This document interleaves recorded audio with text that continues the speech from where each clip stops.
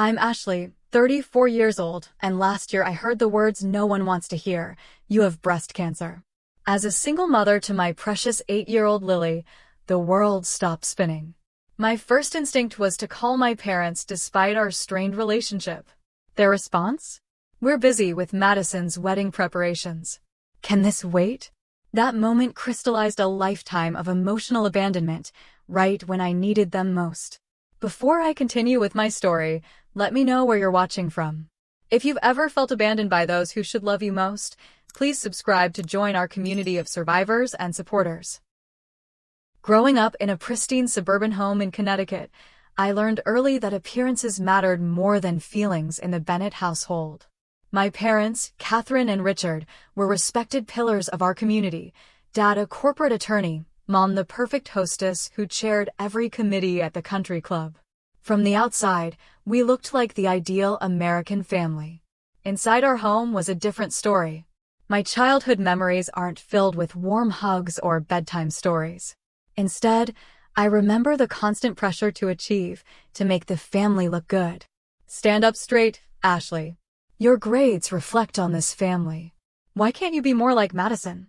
Madison was my cousin, my Aunt Carol's daughter, and the golden child of our extended family. 3 years younger than me, Madison somehow embodied everything my parents wanted: graceful, compliant, and socially adept. Despite this, Madison and I were close as children. When our families got together for holidays or summer barbecues, we'd sneak away from the adults and create our own world of imagination. She was the sister I never had, and for years, our bond transcended the unhealthy comparisons our parents created. By 16, I developed a protective shell around my heart. I learned not to ask my parents to attend my school plays or art exhibitions because the empty seats hurt less than their excuses. I taught myself to drive because Dad was always working late. I bandaged my own knees when I fell because Mom couldn't stand the sight of blood. Independence wasn't a choice, it was survival. At 19, I gathered my savings from 3 years of after-school jobs and moved to Boston for college. My parents seemed almost relieved when I left. They helped financially. Paying tuition was expected for people of their standing, but emotional support remained non-existent. Phone calls home were brief and superficial. Visits were tense affairs filled with critiques about my weight, my career choice in graphic design, my bohemian apartment. I met Brian during my senior year of college. He was charming, attentive, and his affection felt like water in a desert.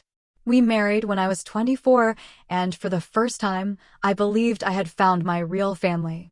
My parents attended our wedding but left early, citing a long drive home. They didn't stay to help clean up or to send us off. Madison was my maid of honor and cried more than my mother did. When I became pregnant with Lily at 26, my parents' response was tepid concern about my career being derailed.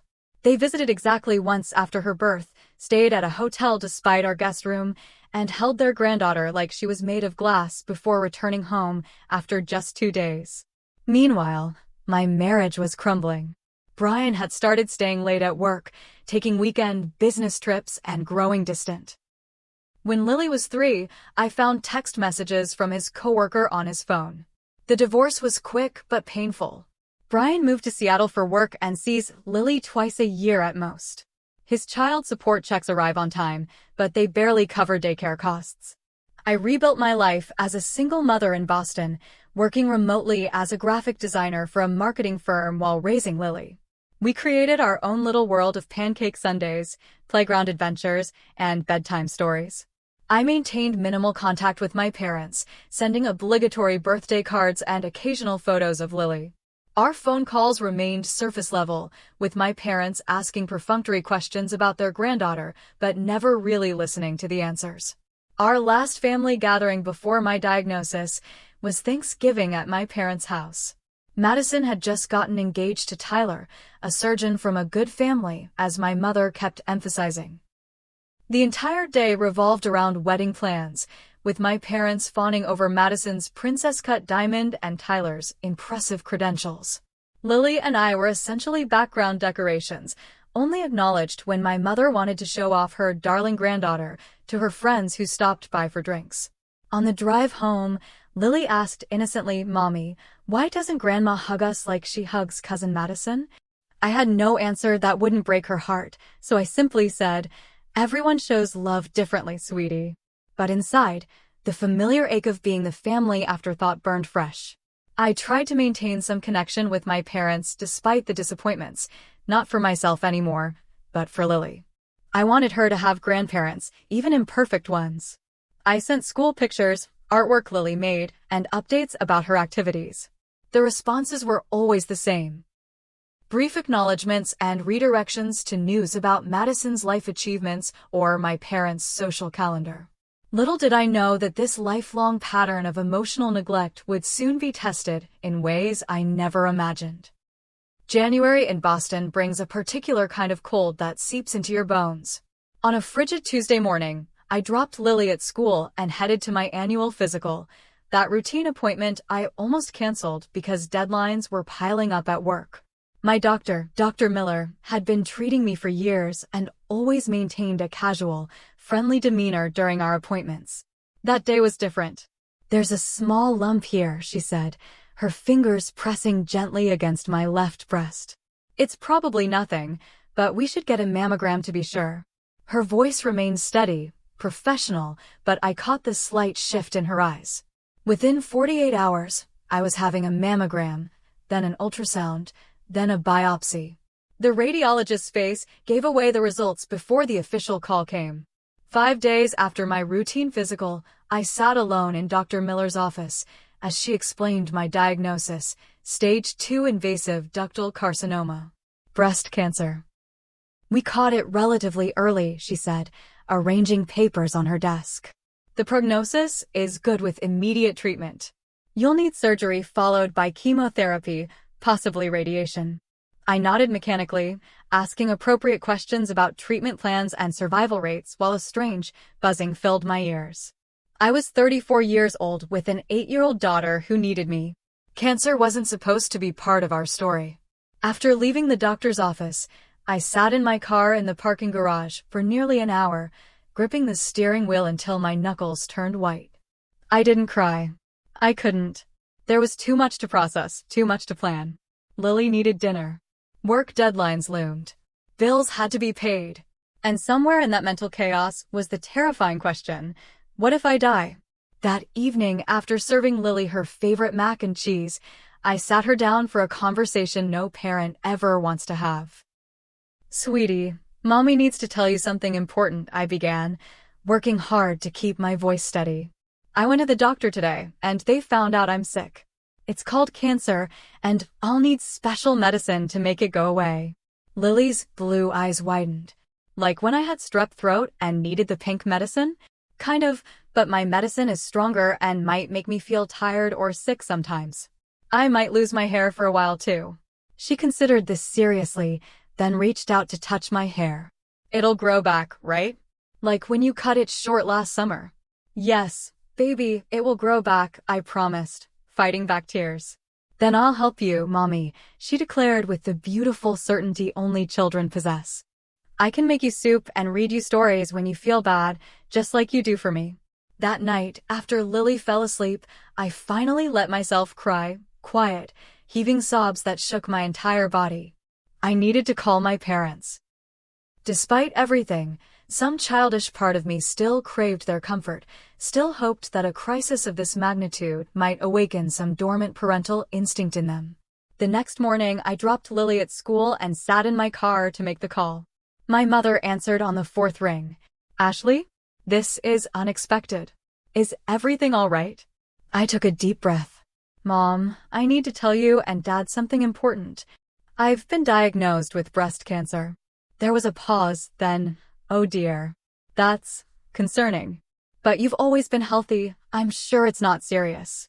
"It's stage 2, Mom. I need surgery and chemotherapy. The treatments start next week." "Next week? Well, the timing is rather inconvenient. Your father and I are completely overwhelmed with Madison's wedding preparations. The rehearsal dinner venue just canceled on us, and we're scrambling to find alternatives." I gripped the phone tighter. "Mom, I have cancer." "Yes, I heard you, Ashley. And of course we're concerned. But surely this can wait until after the wedding? It's only 6 weeks away, and we simply can't focus on anything else right now. Madison would be devastated if anything overshadowed her special day. The casual dismissal of my diagnosis hit harder than the diagnosis itself. I don't think cancer cares about Madison's wedding timeline, Mom. There's no need for sarcasm, she replied, her voice cooling. Call us after the wedding and we'll see what we can do to help. Your father's on the other line about the florist. I should go. Sure, I whispered. Go deal with the flowers. The line went dead, and with it, any illusion I still harbored about my place in my parents' lives. I sat in stunned silence, watching a group of birds pecking at crumbs in the school parking lot, feeling more alone than I ever had. That afternoon, I called Rachel, my closest coworker, and shared my diagnosis. Without hesitation, she offered to drive me to appointments and help with Lily. I called Lily's teacher, Mrs. Patel, who promised to keep an eye on her and be sensitive to any behavioral changes. I called Mrs. Wilson, our 70-year-old neighbor who had become a surrogate grandmother to Lily, and she immediately volunteered to help with after-school care during my treatments. Within 24 hours, I had more practical support lined up from near strangers than my own parents had offered in my entire life. The irony wasn't lost on me. That weekend, I created spreadsheets for everything: treatment schedules, meal plans for Lily, work deadlines I needed to renegotiate, bills and insurance forms to manage. I applied for FMLA leave and disability insurance. I updated my will and designated Rachel as Lily's guardian if the unthinkable happened, knowing Brian's nomadic lifestyle made him an unreliable option. I didn't call my parents again. Instead, I watched their social media posts about Madison's upcoming wedding, photos of cake tastings, flower arrangements, and venue tours, all accompanied by captions about how blessed they were to have such a wonderful family. That first night after my diagnosis, after finishing my planning and putting on a brave face for Lily all day, I curled into a ball on my bathroom floor and sobbed until my throat was raw. Not just because I had cancer, but because in the moment I most needed a mother, mine had chosen a wedding centerpiece over me. My first chemotherapy session fell on a rainy Tuesday in February. Rachel drove me to the hospital, her normally chatty personality subdued by the gravity of the situation. The oncology department was painted in calming blues and greens, an attempt to soften the reality of what happened there. The nurse who checked me in, Diane, had kind eyes that crinkled when she smiled through her mask. "First time?" she asked, gently guiding me to a recliner in a room with 5 other patients. I nodded, trying to ignore the trembling in my hands. "You've got this," she assured me, expertly inserting the 4. One day at a time. The infusion took 4 hours. I watched as clear liquid dripped from the bag into my veins, wondering how something so innocuous-looking could simultaneously be my savior and my tormentor. Around me, other patients dozed, read books, or chatted quietly with their companions.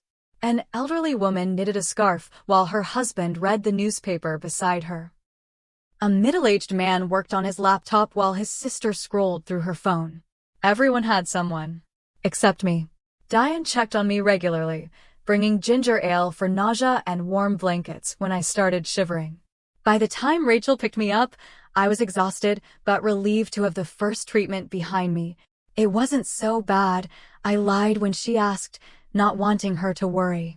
That night, the nausea hit like a tidal wave. I spent hours curled around the toilet, trying to be quiet so I wouldn't wake Lily.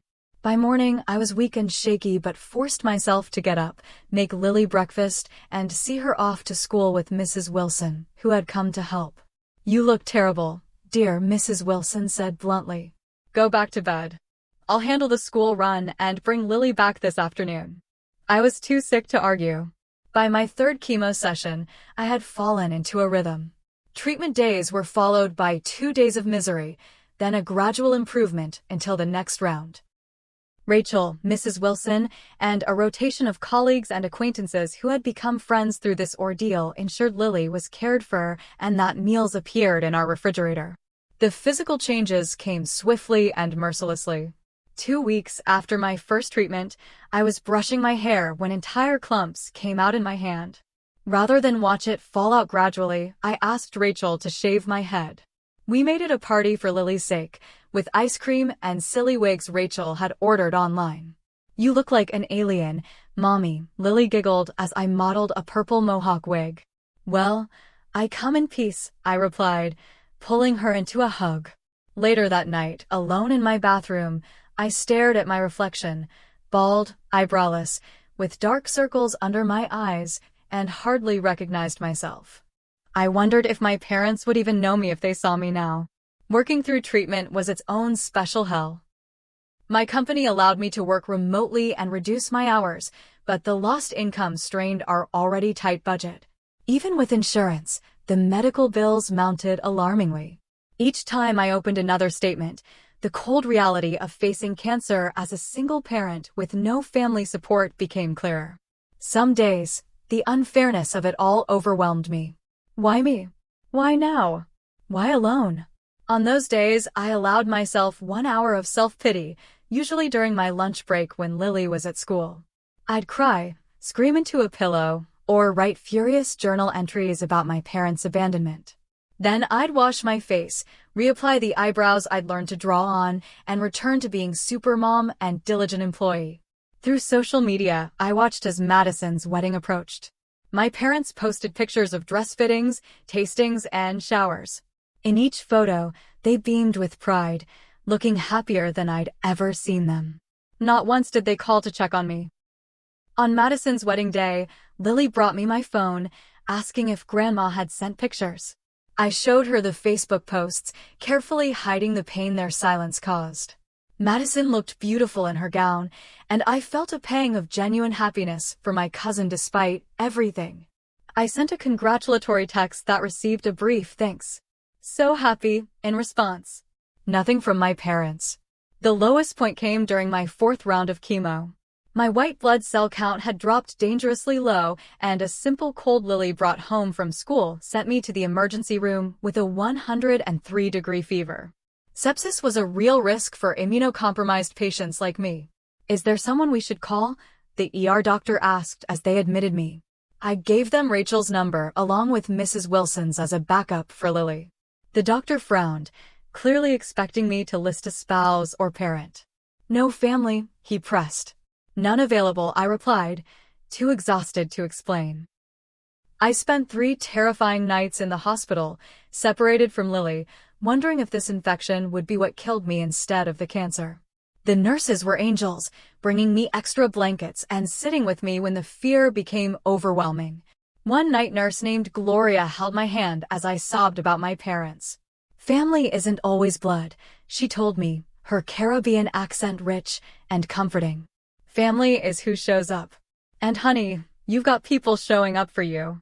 She was right. Rachel had taken emergency leave to care for Lily. Mrs. Wilson visited daily with home-cooked meals. My boss sent a massive arrangement of cheerful sunflowers. Lily's teacher organized a meal train among school parents. My blog followers sent cards and care packages. I was alone, but not abandoned. When I finally returned home, Lily presented me with a shoebox full of drawings she'd made during my hospital stay. Each picture showed the 2 of us doing things we loved. Baking cookies, reading books, walking in the park. But in every drawing, she'd colored my head bald and drawn a cape on my shoulders. "Mrs. Wilson said you're fighting bad guys in your body," she explained. "So I made you a superhero." I held her tight, inhaling the scent of her strawberry shampoo, memorizing the feeling of her small arms around my neck. For her, I would endure anything. For her, I would survive. As winter turned to spring, I continued the brutal treatment regimen. Some days, simply getting out of bed felt like climbing Mount Everest. My body betrayed me in new ways each week: mouth sores, peripheral neuropathy that made my fingers tingle painfully, extreme fatigue that sleep couldn't touch. Throughout it all, Lily was my constant, my reason to push through each day.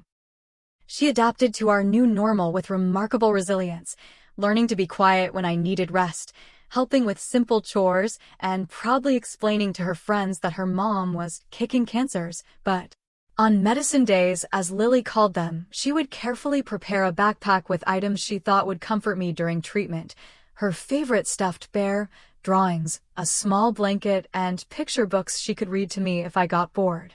The child was mothering the mother, a role reversal that broke my heart even as it filled me with pride. For months into treatment, I received my first piece of mail from my parents, a generic "Get Well" card signed with their names, no personal message included. The postmark showed it had been mailed from their Caribbean cruise vacation. I filed it away with the medical bills, too emotionally exhausted to feel anything about the gesture. On a bright June morning, nearly 6 months after my diagnosis, I sat in the familiar chemotherapy suite for my final treatment. Diane, now a friend as much as my nurse, had decorated my chair with streamers and a small banner reading "Last Dance with Chemo." "Ready to ring that bell, warrior?" she asked, connecting the last 4 bag. "More than ready," I replied, my voice stronger than it had been in months. Rachel had taken the day off to be with me, and Mrs. Wilson was bringing Lily directly from school for the bell-ringing ceremony that marked the end of chemotherapy. As the final drugs dripped into my system, I reflected on the journey that had brought me here, the pain, fear, and isolation, but also the unexpected kindness and community I'd found along the way. When the infusion finished, Diane removed my 4 and led me to the bell mounted on the wall. Lily arrived just in time, running to hug me with Mrs. Wilson following behind, carrying a cake she'd baked for the occasion. "Ring it loud, Mommy," Lily cheered. With tears streaming down my face, I grasped the rope and rang the bell 3 times, the clear tone echoing through the oncology department. Patients and staff applauded, many with tears in their eyes. In that moment, I felt an overwhelming surge of gratitude, not for being sick, but for discovering my own strength and the goodness in others. The weeks following my final treatment brought gradual improvement. My post-treatment scans showed no evidence of disease, though I would need regular monitoring for years to come. My hair began growing back in soft, downy patches, much to Lily's fascination. My energy returned in small increments, allowing me to resume more normal activities with my daughter. We celebrated my improved health with a weekend trip to a nearby beach, where Lily and I built sandcastles and collected shells. I watched her running along the shoreline, her laughter carried by the ocean breeze, and felt a deep peace despite everything we'd been through. We were going to be okay. Returning to full-time work presented its own challenges. Even with health insurance, the medical bills had accumulated to a staggering amount. I set up payment plans, cut every possible expense, and took on freelance projects during evenings and weekends to slowly chip away at the debt. The financial strain was significant, but compared to facing mortality, it seemed manageable. My new support system remained steadfast. Rachel and I had weekly movie nights. Mrs. Wilson taught Lily to bake while I rested. Other cancer survivors I'd met during treatment became friends who understood the unique challenges of survivorship, the lingering fatigue, the anxiety before each follow-up scan, the way cancer divides life into before and after. Then, on a Sunday afternoon in September, my phone rang with my parents' number. I stared at the screen, my heart racing. They hadn't called once during my entire treatment. "Why now?" With trembling fingers, I answered. "Hello. Ashley, it's Mom." Her voice sounded exactly the same, as if the past 8 months hadn't happened at all. "Hi, Mom." I waited, unwilling to make this easy for her. "How are you doing? Your father and I were just talking about you." No mention of cancer. No acknowledgement of my treatment. Just casual conversation as if we'd spoken last week. "I'm recovering," I said carefully. "The chemo finished in June." "Oh, that's good to hear." A pause. "Is Lily doing well in school?" We exchanged a few minutes of superficial conversation about Lily's 3rd-grade activities and the changing seasons. Not once did she ask about my health beyond that initial exchange, or acknowledge that I'd faced a life-threatening illness without their support. Then came the real reason for her call. "Ashley, your father and I wanted to talk to you about something. Madison and Tyler are planning their honeymoon to the Maldives in November. It's going to be quite expensive, and we've already contributed so much to the wedding. We wondered if you might be able to help with the honeymoon costs as a wedding gift from you." Their family, after all. The audacity left me speechless. My parents, who hadn't offered a single word of support during my cancer treatment, were asking me to help fund my cousin's luxury honeymoon while I was drowning in medical debt. Mom, I finally managed. I've spent the past 8 months fighting cancer. I have over $30,000 in medical bills. I can't afford to contribute to Madison's honeymoon. Well, everyone has financial challenges, she replied dismissively. But this is a once-in-a-lifetime trip for Madison. Surely you can find a way to help? Perhaps a payment plan? Family supports family, Ashley. The irony of her words nearly made me laugh. Family supports family? Where were you when I was going through chemotherapy? Where were you when I was hospitalized with an infection? Where were you when Lily needed someone to watch her because I was too sick to stand? That's not fair, my mother protested. We sent a card. And we were dealing with the wedding. You know how important that was to the whole family. More important than my cancer? More important than your granddaughter possibly losing her mother. You're being dramatic. You're fine now, aren't you? And Madison really has her heart set on this trip. Just think about it, will you? $5,000 would help tremendously. Your father and I have already contributed $20,000. I'll think about it, I said flatly, knowing my answer would be no but too exhausted to argue further. Wonderful. We'll wait for your call. Give Lily our love. After hanging up, I sat motionless on my couch, trying to process the conversation. The entitlement, the dismissal of my struggle, the complete lack of awareness. It was breathtaking in its callousness. Years of similar treatment had conditioned me to accept their behavior, to make excuses for their emotional unavailability. But cancer had changed me. I was no longer willing to accept scraps of affection while being treated as an afterthought. Lily found me still sitting there 20 minutes later, tears streaming down my face. "What's wrong, Mommy?" she asked, climbing onto my lap despite being almost too big for it now. "I just had a difficult conversation with Grandma," I explained, wiping my tears. Lily tilted her head thoughtfully. "Why don't Grandma and Grandpa ever visit us? Don't they love us?" The innocent question broke my heart. How could I explain toxic family dynamics to an 8-year-old? "They do love us, sweetie," I said carefully. "But sometimes people don't know how to show love the right way. And sometimes they make choices that hurt others without meaning to. Like when Zoe said she didn't want to be my partner for the science project, and it made me sad even though she didn't mean to hurt my feelings. Something like that, I agreed, amazed at her capacity for understanding. Except adults should know better. That night, after Lily was asleep, I broke down completely. The emotional wound my parents had inflicted was far more painful than any physical suffering cancer had caused. I sobbed into my pillow, mourning not just the support I'd never received during my illness, but the loving family I'd never had and would never have. 2 days after my mother's call, I sat across from Dr. Brenner, the therapist I'd been seeing since my diagnosis. Her office was a sanctuary of calm with its soft lighting and comfortable furniture, a place where I could be completely honest about my struggles. "They asked you for money for your cousin's honeymoon?" she repeated, her professional composure momentarily slipping to reveal disbelief. "After everything you've been through?" I nodded, recounting the entire conversation. Dr. Brenner had heard many stories about my parents over the months, but even she seemed shocked by this latest development. "Ashley, we've talked a lot about the pattern of emotional neglect in your relationship with your parents," she said gently. "What do you want to do about the situation?" Part of me wants to send a check with a note saying, "This is the last thing you'll ever get from me," I admitted. Another part wants to just ignore the call and continue with the minimal contact we've maintained. But there's a third part. What's that third part saying? That I need to confront them, face to face. Not just about this request, but about my entire childhood, about their absence during my cancer treatment. I need to say these things to them directly, not just to you or in my journal. Dr. Brenner nodded thoughtfully. That would be a significant step. What would your goal be for such a confrontation? I considered the question carefully. Closure, I think. Not reconciliation. I don't believe they're capable of being the parents I need. But I want to speak my truth after decades of silence. And maybe, I hesitated, maybe I want Lily to see me standing up for myself. She's watching and learning from how I handle relationships. Those are valid reasons, Dr. Brenner affirmed.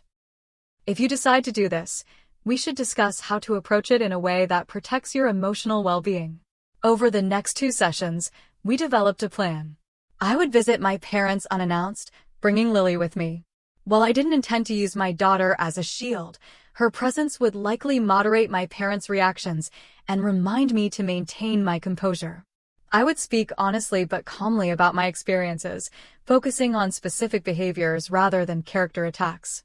Most importantly, I would set clear boundaries for any future relationship. Dr. Brenner helped me prepare for various potential reactions: denial, deflection, anger, or guilt-tripping. Remember, she emphasized, you can't control how they respond. You can only control what you say and how you react. I decided to gather tangible evidence of what I'd been through: medical bills, treatment schedules, and a letter from my oncologist summarizing my case. Something about having these physical documents made me feel more secure, as if they legitimized my experience in a way my parents couldn't dismiss. Preparing Lily for the visit was delicate. I explained that we were going to visit her grandparents to have an important conversation. "Will they be happy to see us?" she asked hopefully. "I think they'll be surprised," I answered honestly. "And the conversation might be difficult sometimes, but it's important to talk about hard things with people we care about." "Like when you told me about your cancer?" "Exactly like that. Sometimes the truth is hard, but it's still important." The following weekend, we packed overnight bags and loaded up the car for the 3-hour drive to Connecticut. As we left Boston behind, memories flooded back. Childhood car trips in silence, while my father listened to news radio, teenage rides where the only comments from my mother were criticisms of my appearance or behavior. "Did you live in Grandma and Grandpa's house when you were little like me?" Lily asked as we drove through increasingly affluent suburbs. "I did," I replied. "Until I went to college." "Was it fun?"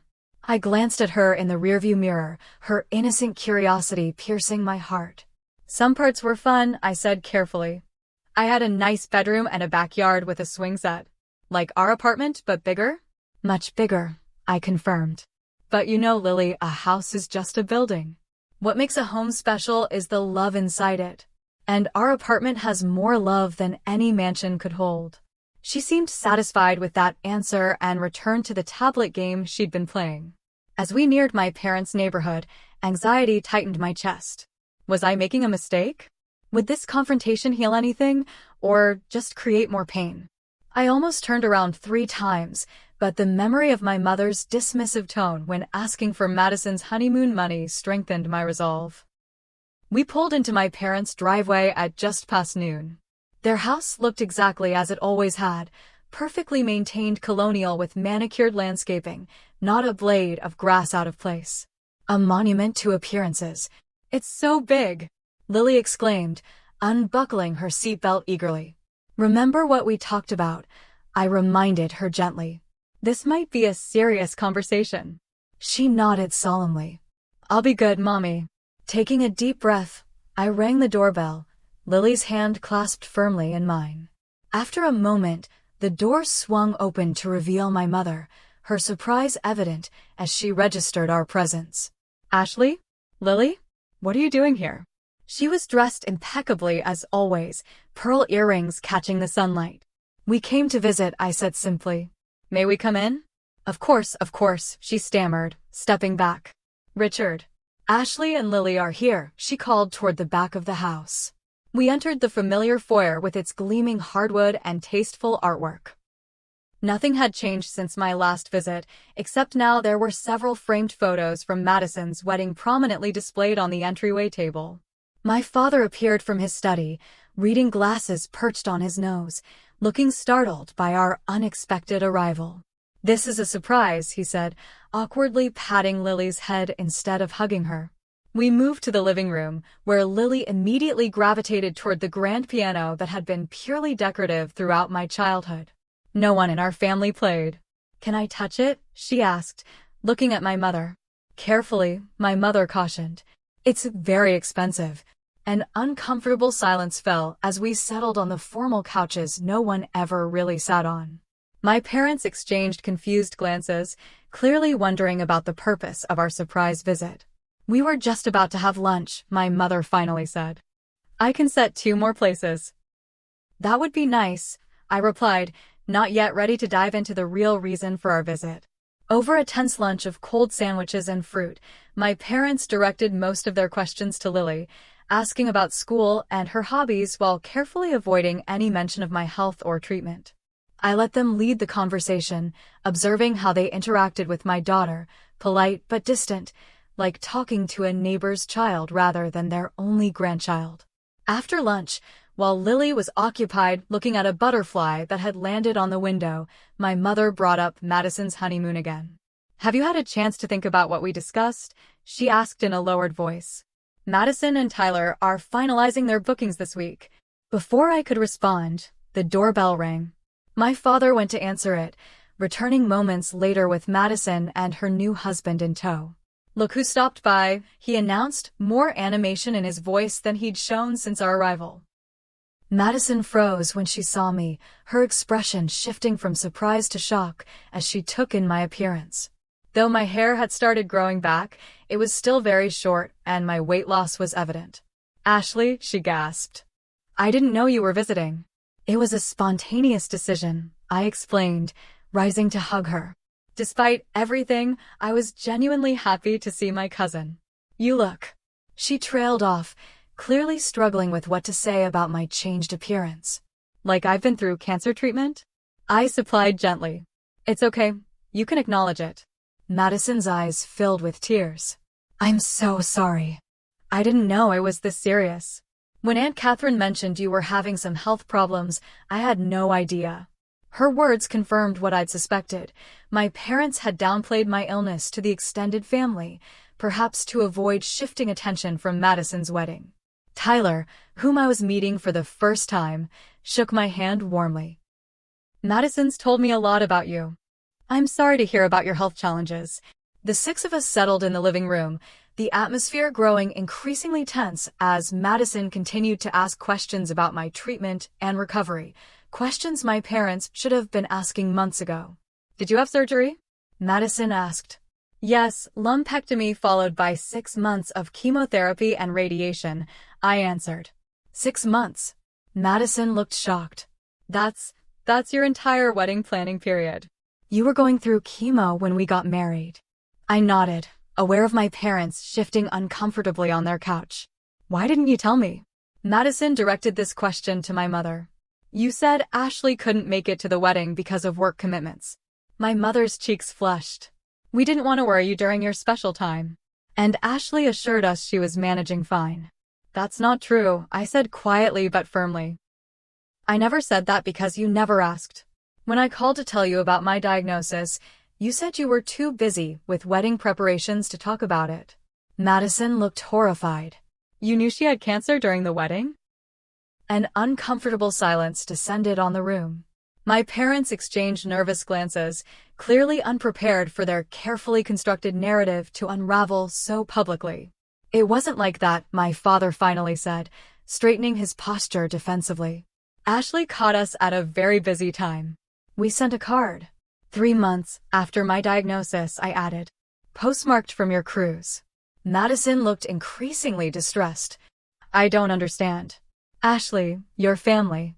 How could? She turned to my parents. And now you're asking about the honeymoon fund? When she's been sick. My mother's face hardened. Madison, you don't understand the whole situation. Ashley has always been difficult. Dramatic. Everyone has health problems they deal with. Cancer isn't just a health problem, Aunt Catherine, Madison said incredulously.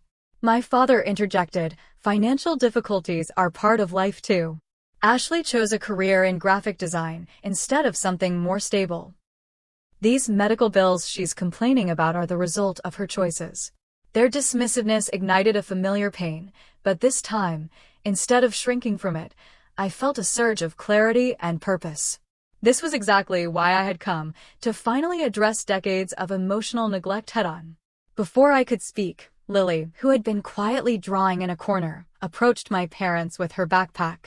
She had been listening to every word. My mommy was really sick, she said solemnly. She lost all her hair and threw up a lot. Sometimes she was too tired to read me bedtime stories. Lily, I began, concerned about her inserting herself into this tense adult conversation. But she continued, unzipping her backpack and pulling out a folder I hadn't seen her pack. My doctor gave me this to show you. With small, determined hands, she held out a sealed envelope to my mother. Bewildered, my mother took it, looking to me for explanation. I didn't know she had that, I said honestly. My mother opened the envelope and pulled out several pages. I recognized them immediately. The comprehensive treatment summary my oncologist had prepared for my records, detailing my diagnosis, the surgeries, the chemical compositions of my chemotherapy, the radiation treatments, the hospitalizations, the complications, and the prognosis. Attached was a personal letter from Dr. Miller that I had never seen before. As my parents read in silence, their hands began to visibly tremble. My father reached for his reading glasses, as if the small print might somehow transform the devastating reality documented on those clinical pages. The room was so quiet I could hear the ticking of the grandfather clock in the hallway. Madison moved to sit beside me, taking my hand in silent support. Tyler looked profoundly uncomfortable, a stranger witnessing an intensely private family implosion. "Where did you get this, Lily?" I asked softly. "Dr. Miller gave it to me when I went to the bathroom during your last appointment," she whispered back. "She said it might help Grandma and Grandpa understand." My heart swelled with love for my perceptive, compassionate daughter and gratitude for my doctor's unexpected intervention. My mother's face had lost all color as she reached the final page. Stage 2 invasive ductal carcinoma, high-grade malignancy, immunocompromised, life-threatening complications. She read disconnected phrases aloud, her voice hollow. My father removed his glasses, his hands unsteady. "Ashley, we didn't realize." "You didn't want to realize," I corrected him gently. "I told you I had cancer. That should have been enough for you to ask questions, to offer help, to show up. I shouldn't have needed medical documentation to prove I deserved your concern." "The letter says you had no family support system," my mother said, her voice small. "That can't be right. We're your parents." "Being parents biologically doesn't make you a support system," I replied. "Where were you when I lost my hair? Where were you when I couldn't get out of bed to care for Lily? Where were you when I was hospitalized with an infection that could have killed me?" "We didn't know," my father repeated weakly. "You didn't ask," I countered. "And this isn't just about the cancer. This is about my entire life. The piano recitals you missed, the art shows you didn't attend, the college graduation you left early. The way you compare me to Madison, the way you criticize my career, my parenting, my life choices. The way you barely know your granddaughter. That's not fair," my mother protested, though with less conviction than before. "We provided for you. You had everything you needed." "I had things, Mom. A roof, clothes, food, education. But I didn't have you. Not emotionally. Not when it mattered." Madison, who had been listening intently, spoke up. "I had no idea things were like this, Ashley. All these years, I thought you were just independent, that you preferred keeping your distance. I never knew you felt excluded." "It wasn't your fault," I assured her. "And I've never resented you for being the favorite. You were a child too." "I'm so sorry about the wedding," she said, tears spilling down her cheeks. "If I'd known you were going through cancer treatment, I would have postponed everything." "I know you would have," I smiled sadly. "That's the difference. You would have shown up for me. They never have." My father stood abruptly, pacing the room. "This is absurd. We may not have been perfect parents, but to accuse us of what? Neglect? We gave you every advantage." "Except love," Lily said suddenly, her small voice cutting through the tension. "Mommies and daddies are supposed to give hugs and say, 'I love you,' and come when you're scared. That's what my mommy does." My mother gasped softly at being schooled in parenting by an 8-year-old. My father stopped pacing, staring at his granddaughter as if seeing her for the first time. "Out of the mouths of babes," Tyler murmured, breaking his long silence. I took a deep breath, centering myself for what I needed to say next. "I didn't come here to punish you or to make you feel guilty. I came because I needed to speak my truth after a lifetime of silence. Cancer taught me that life is too short for pretense. I looked directly at my parents. I don't expect you to suddenly become the parents I needed. People don't change fundamentally at your age. But going forward, I need honesty between us. I need acknowledgement of the past. And I need respect for my boundaries. What boundaries? My father asked warily. I won't tolerate being an afterthought in your lives while you expect financial or emotional support from me. I won't expose Lily to the same conditional love I experienced. And I won't pretend everything is fine when it isn't. So you're cutting us off? My mother's voice trembled. No, I said gently. I'm offering you a relationship based on reality instead of pretense. You can be part of our lives, but only if you can respect these boundaries. The choice is yours. A heavy silence fell over the room. Madison squeezed my hand supportively, while Lily returned to my side, leaning against me with complete trust. Finally, my father spoke, his voice uncharacteristically subdued. We never meant to hurt you, Ashley. I believe that, I replied. But intent doesn't negate impact. And decades of small hurts create deep wounds. My mother was crying quietly now, the carefully applied mascara creating dark trails down her cheeks. I don't know how to fix this, she admitted. Start by listening, I suggested. Really listening. Not to respond or defend, but to understand. For the next hour, we talked more honestly than we ever had before.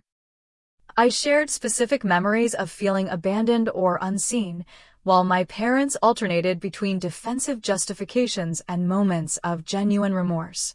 Madison and Tyler excused themselves to give us privacy, taking Lily to the backyard to play. It wasn't a miraculous transformation. My father still tried to rationalize much of their behavior, and my mother repeatedly brought up her own difficult childhood as explanation.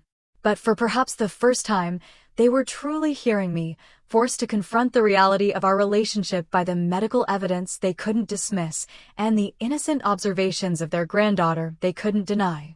As the afternoon light began to fade, I felt a weight lifting from my shoulders. I had said what I came to say. I had been heard if not fully understood. And most importantly, I had modeled for Lily the power of speaking one's truth with dignity. We should get going, I finally said, standing up. It's a long drive back to Boston. You could stay the night, my mother offered tentatively. Your old room is still there. I shook my head. Not this time. We have a hotel reservation nearby. But thank you for the offer. As we gathered our things and called Lily in from the yard, my father awkwardly approached me with the medical documents. Keep them, I said. Read them again when you're alone. Try to understand what I went through without you. He nodded, folding the papers carefully and placing them in his shirt pocket, close to his heart, an unconsciously symbolic gesture that didn't escape my notice. Madison and Tyler returned with Lily, who was proudly holding a bouquet of flowers she'd picked from my mother's garden. Cousin Madison said I could take these for our hotel room, she announced. They're beautiful, I told her, deliberately not looking at my mother, who I knew would be irritated by the destruction of her perfect garden beds. As we said our goodbyes at the door, my mother hesitantly reached out to hug me. I accepted the embrace, noting how stiff and unfamiliar it felt. When was the last time she had hugged me? I couldn't remember. We'll do better, she whispered. I hope so, I replied, not making promises I wasn't sure they could keep. We drove away as dusk settled over the neighborhood, Lily waving enthusiastically from the back seat while my parents and Madison's family stood in the driveway, a tableau of complicated relationships and uncertain futures. Did I do good, Mommy? Lily asked as we turned onto the main road. You did amazing, sweetie, I assured her, meeting her eyes in the rearview mirror. I'm so proud of you. Are you still mad at Grandma and Grandpa? I considered the question carefully. I'm not mad, exactly. I'm sad about some things that happened in the past. But today was a good start toward making things better. She nodded sagely, as if she understood complex family dynamics far beyond her years. Mrs. Wilson says sometimes families are like puzzles where the pieces don't fit right away. You have to turn them around a lot. I smiled at her wisdom. Mrs. Wilson is very smart. As we drove through the gathering darkness toward our hotel, I felt neither triumph nor defeat, only a profound sense of having finally stood my ground on territory I'd surrendered long ago. Whatever happened next, I had reclaimed my voice. The drive home to Boston the next day felt symbolic, moving forward, leaving the weight of unspoken truths behind. Lily chatted happily about the hotel pool and the pancake breakfast, seemingly unaffected by the emotional intensity of our visit. Children are remarkably resilient, I thought, glancing at her in the rearview mirror as she sang along to the radio. "Are we going to visit Grandma and Grandpa again soon?" she asked during a break in the song. "I'm not sure, sweetie. We'll see." "I think they were sad," she observed. "But maybe now they understand better." "Maybe," I agreed, marveling at her perception. "How would you feel about going back sometime?" She considered this seriously. "Okay, I guess. But I like our apartment better. It feels more like home." "That's because it is home," I assured her, reaching back to squeeze her knee. "Home is where we're loved for exactly who we are." As we settled back into our routine in Boston, I found myself feeling lighter despite the emotional exhaustion of the confrontation. Speaking my truth after decades of silence had been liberating, regardless of whether my parents could fully understand or change. For days after our visit, my phone rang with Madison's number. "I've been thinking about you nonstop," she said when I answered. "I had no idea what you were going through, Ashley. I feel terrible about the wedding timing, about not being there for you." "You didn't know," I assured her. "And it wasn't your responsibility. Still, I wish I'd reached out more. After you left, Tyler and I had a long talk with your parents. I've never seen them so shaken. Aunt Catherine actually cried, like really cried, not just the delicate tears she does at weddings." I wasn't sure how to respond to this revelation. My mother's emotional displays had always been carefully controlled, appropriate for the setting. "I told them Tyler and I would pay for our own honeymoon," Madison continued. "It was wrong of them to ask you for money, especially after everything." "Thank you," I said, genuinely moved by her support. "That means a lot.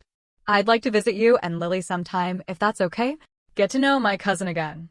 And meet these amazing friends who helped you through your treatment." "We'd love that," I told her, realizing I meant it. A week later, a text message arrived from my father, brief, awkward, but unprecedented. "Your mother and I have been discussing our relationship with you and Lily. We realize we've made many mistakes. Would like to do better if you'll allow it." It wasn't a profound apology or an admission of the specific ways they'd failed me, but from my emotionally constipated father, it was significant. I replied simply, "I appreciate that. Let's talk next week." The following day, a package arrived for Lily.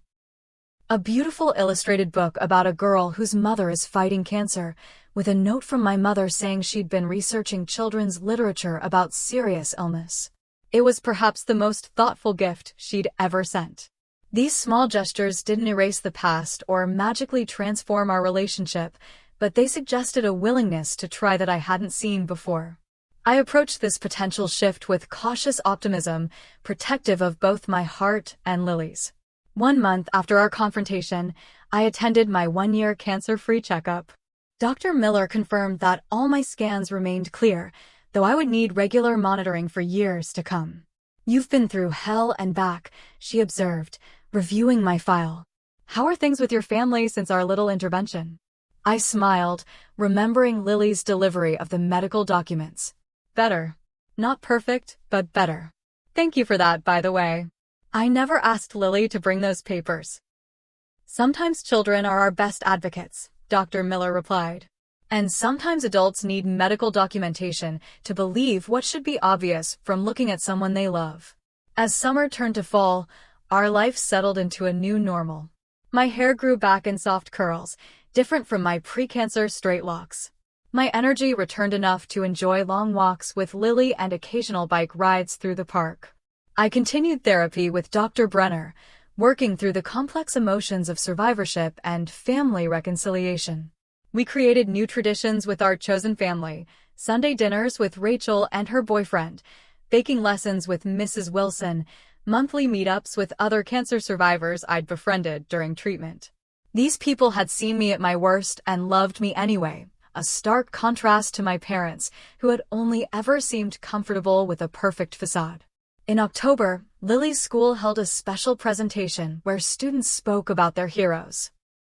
When her turn came, Lily stood confidently before her classmates and teachers. "My hero is my mom," she began, holding up a photo of the two of us. "Last year she got really sick with cancer, but she never stopped being my mom.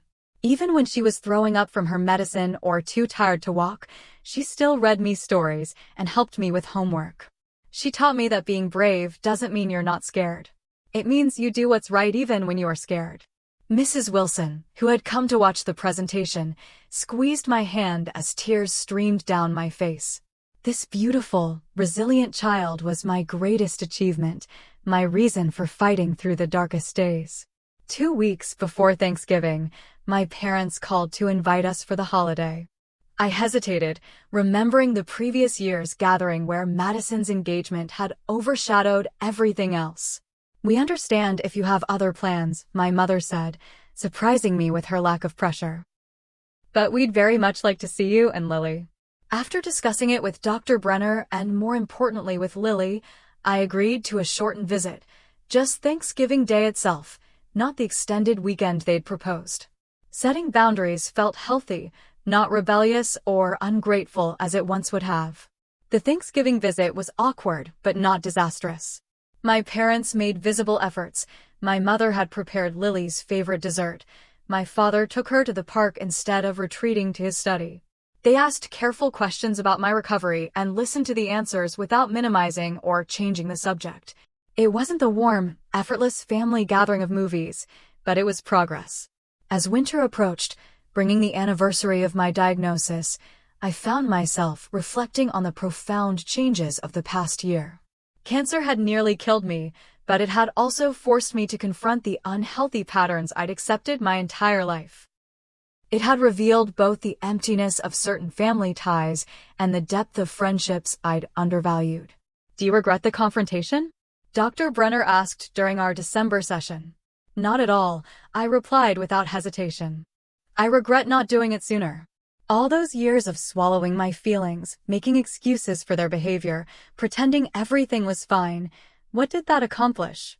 It just enabled the pattern to continue." "And what about forgiveness?" she inquired. "Is that something you're working toward?" I considered the question carefully. "I think I'm already there in some ways. Not the kind of forgiveness that pretends the hurt never happened or that excuses their behavior, but the kind that acknowledges the reality and chooses to move forward anyway. The kind that's for my peace, not theirs." Dr. Brenner nodded approvingly. "That's the healthiest kind." As Christmas approached, Madison and Tyler visited for a weekend. We took Lily ice skating, toured the holiday lights, and stayed up late talking after she went to bed. Madison shared stories about my parents' evident soul-searching since our confrontation, my father researching family therapy options, my mother joining a grandparents' support group. "They're trying," Madison assured me. "In their own way, at their own pace. It may never be what you deserved as a child, but it's something." "Something is better than nothing," I agreed. "And Lily deserves to know her grandparents, the real people behind the perfect facade." On Christmas Eve, a full year after my world had been upended by cancer, Lily and I sat by our small tree in our cozy apartment, drinking hot chocolate and reading "'Twas the Night Before Christmas." The tree lights reflected in her eyes as she snuggled against me, safe and secure in the knowledge of being deeply loved. "I'm glad you're not sick anymore, Mommy," she said sleepily. "Me too, baby," I whispered, kissing her forehead. "Me too." Later, after she was asleep, I stood by our living room window watching snow begin to fall, covering the city in a blanket of pristine white. The year had brought profound loss and unexpected gifts, terrible pain and extraordinary love. I had lost my hair but found my voice. I had faced mortality and discovered what truly matters in life. The journey wasn't over. Cancer would always be a shadow lurking at the edges of my life, ready to cause panic with every unexplained pain or abnormal test result. My relationship with my parents would always be complicated, a work in progress rather than a Hallmark movie resolution. But standing there in the quiet of Christmas Eve, Watching snow transform the world outside, I felt a deep peace settle over me. I had survived. Not just cancer, but the lifelong emotional neglect that had preceded it. I had protected Lily from repeating my patterns of silence and accommodation. I had built a life filled with genuine connection rather than appearances. Sometimes the family you choose is more valuable than the family you're born into. Sometimes the greatest gift you can give yourself is the courage to speak your truth. And sometimes the deepest healing comes not from forgetting the wounds of the past, but from finally acknowledging them. What has been your experience with family during difficult times? Have you ever had to set boundaries with loved ones? Share your story in the comments below. If this resonated with you, please like and subscribe to join our community of truth tellers and survivors. Remember that your worth isn't determined by how others treat you, but by the strength and authenticity you bring to the world. Thank you for sharing this journey with me today, and may you find the courage to speak your own truth, whatever it may be.